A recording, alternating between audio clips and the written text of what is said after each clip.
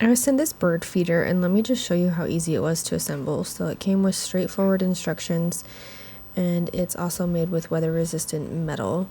So you've got the spikes here to help keep it in the ground, and then the poles. So the nice thing about this is you can adjust the height. So if you want it taller, add all of the poles. If you want it shorter, remove a pole.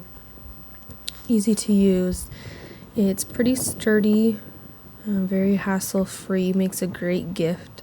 My granddad absolutely loves having bird feeders and watching the birds come into his yard. And this bird feeder is nice because from his house we can visibly see how low the bird seed is getting, so it's easy to notice when they need more food.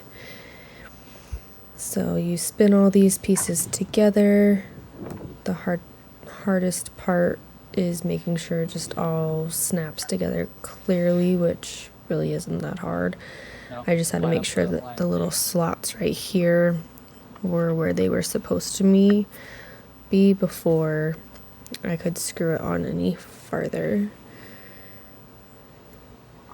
And then this is what the lid looks like. So you just unscrew the top lid in order to refill the bird seed. My husband was gracious enough to push it into the ground for me because I'm not as strong, but he didn't have any problem securing it into the ground and then adjusting it if it needed to be one more forward or backwards. And then you just take off the top and pour your bird seed in to the very top, and then just align the lid with the little notches so that it fits securely. So we're going to add this to our collection of birdhouses that we have and hope that we can feed more birds and maybe not run out of food so quickly with 2 bird feeders instead of just 1.